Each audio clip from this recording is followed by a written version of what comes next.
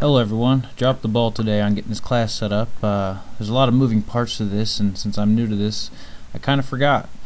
But this kind of leads me to want to just move this strictly to YouTube recordings, and then I can answer questions as they come in via email or via messages on the blog itself. Let me know what you think. I want to set this up so it works for both of us well. What I want to focus on today is getting those jobs that are unadvertised. And here are the topics that we're going to be focused on. Did you know that 90% of the jobs out there are unadvertised? It's because somebody has an opening and then they find somebody to fill it. They don't put it out in the paper, doesn't get out to monster.com, any of those things. If you're looking at a job, monster.com, especially in this day and age, you probably have over 500 to 1,000 people you're competing with. It's a huge number, and it's really hard to stick out in those situations. The example that I'd give, as you know, that I used to live in Tennessee, and I wanted to move back home here to Kansas City, so I was starting to call companies and try to get an idea of what the companies were about. I called this one company out in Olathe, and they told me, or I asked them if I could, talk to them to get to know the company, and they said, well, why don't you come on in for an interview? We didn't have this advertised, but we've been talking about opening this position to somebody who has your skills.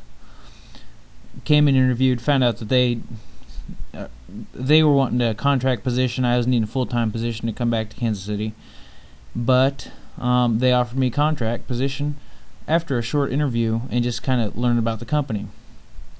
Then, about a year later, the gentleman I talked to contacted me again, was wondering if I was available because they're still wanting to fill a position like that. So, this job that they were advertising for was never, or they were talking to me about, was never advertised.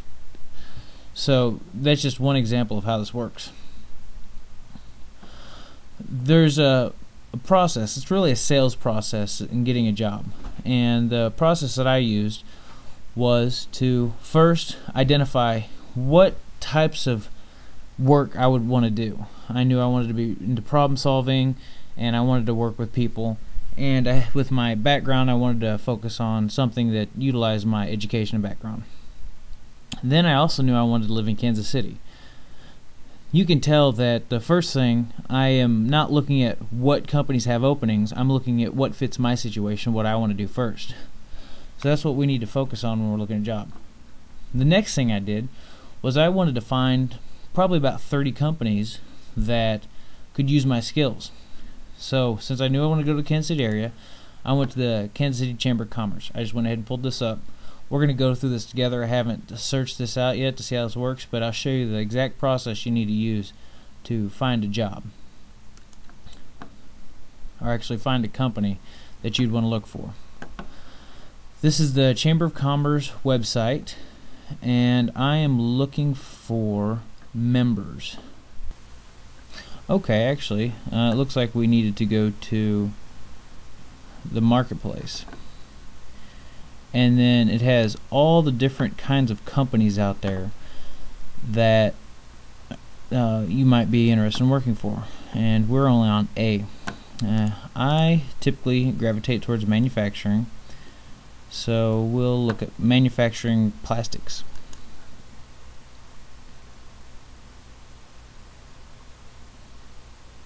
So really the only company that shows up is Amcor Rigid Plastics North America.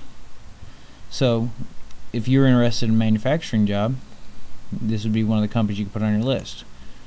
Usually has a link to their information, their website, those things that you need for those companies. So I recommend that you find about 30 companies that you would be interested in working for that would fit your skills, the things that you want to do. There's a lot of things that you're good at, but you probably don't want to do them all. And then also close to the place you want to live. So remember what I said, you want to focus on finding a job that fits your life, not just finding your life to fit a job. The next step as I said, basic career skills. We had to find people's names of contact. You could be like anybody else and go through the HR department. I typically recommend going around the HR department because HR are people. They're not lazy. They work hard, but they probably are getting a ton of resumes for whatever jobs. People come and bother them. You want to go and find that person you would be working for, and you want to show that person how you would be a good candidate to fill that position. So you need to find that person's name. What I typically do is I use LinkedIn and Google, company's name, and then typically the position. I would engineering manager. That was a lot of the things I would look for. Maybe a production manager, something that you'd want to work for. Just Google production manager or manager of the area that you'd be working for. Let's look at this Amcor company.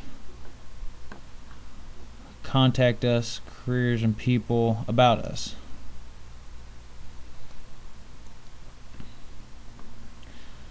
So this is a pretty good sized company, and what you can do is type in things such as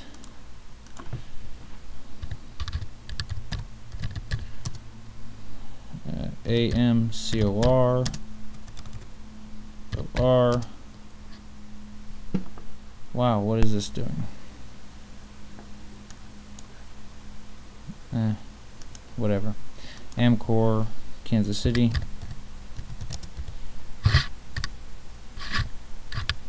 Once again, I'm typing with this microphone on my keyboard. And AGGER. Manager. And you'll notice that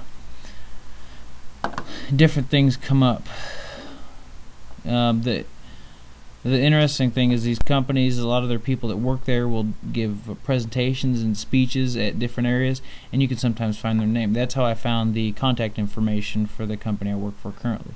Somebody gave a speech somewhere, and I was able to dig up information on that. Phone calls. Find somebody in the company that you can call. If you use LinkedIn, that's definitely what you want to do. I don't know if you're familiar with LinkedIn. It's like a professional Facebook.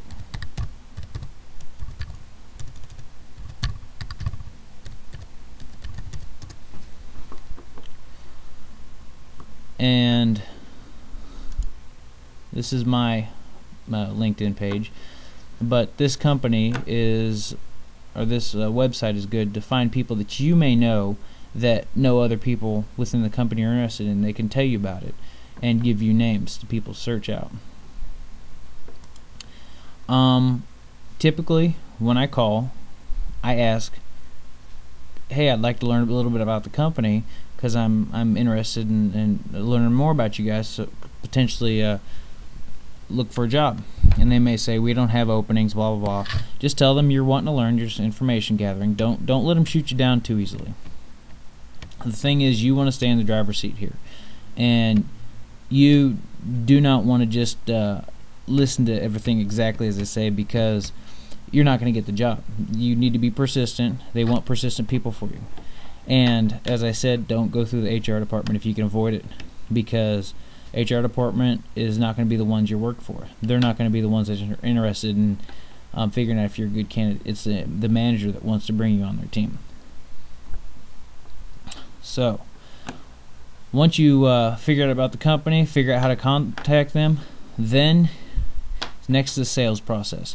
This whole thing, getting a job, is a sales process that you need to understand. The first thing is you don't want to just send a resume in and hope and cross your fingers. If you've ever noticed that companies will advertise things to you several times, really to get that idea stuck in your head, well, you're going to do the same thing. The first thing you're going to do is you're going to send an introduction letter. The letter is going to be something along the lines of, "Hey, my name's Josh Bullock. I'm here interested in looking at your company. Here's a quick summary of my skills." This is not a cover letter. And then I will be sending a cover letter and resume to you in 1 week. 7 days later, you send your resume and your cover letter.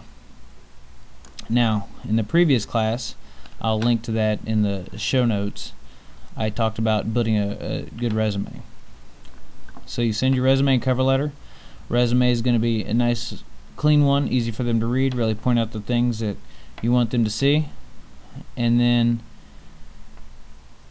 in that cover letter be also another quick summary similar to the intro, maybe a little bit more in depth, not as in depth as your resume. And then in that cover letter you're going to say, I will call you in 1 week, and you'll give them the date you'll call them, and then you'll make the phone call the following week. Now you'll notice a lot of companies say, don't call us, we will contact you. That's really allowing them to be in control of the situation. You're just kind of throwing your information in a black hole and hoping something happens. I don't do that. If you want a job somewhere, you need to be persistent, and people want to hire persistent individuals. So I would call and I would say, hey, I sent you a letter, and that is the exact way I got my job that I'm working at the company I do now. Now, kind of going to the thought of you being persistent and you going after the job and you being in the driver's seat, you have to try different things to get jobs. If you want to be like every other schmo out there, you can put out 1,000 resumes on Monster and not get anything done. Or you can follow this process and really find those jobs that are unadvertised and really stick out different than anybody else. Do you want your resume to be stuck in with 1,000 other monster resumes, or do you want your resume to be in the hands of somebody who had contacted or had seen several forms of contact from you? I mean, if this company is something you're super interested in working with, show up early one day. Sit out front and wait to meet the manager there. You have to really make yourself stand out. If you're too timid to do anything, you're not going to stick out and be any different than anybody else hiring for that job. So you got to work hard at this if you want a new job. And just one last thought before I close this out. Many of you that listen to this are directly related to a production type field.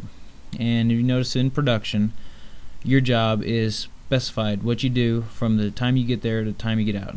Every arm you make, or every movement you make with your arm, every step you take, every time you go to the break, every time you go to the bathroom. They do this because the company needs to make a good product, and that's how it's done. But the more that your job is defined for you, the less freedom that you're going to have. So you really need to decide, do you want more freedom within your job to change things? Then please take my advice, take some of these steps, learn more. I'm not the only set of information out there on building a resume and finding jobs. I'm just trying to help you guys out to take the next step. Please let me know what questions you have in the notes, or you can email me at askjosh@joshbullock.com.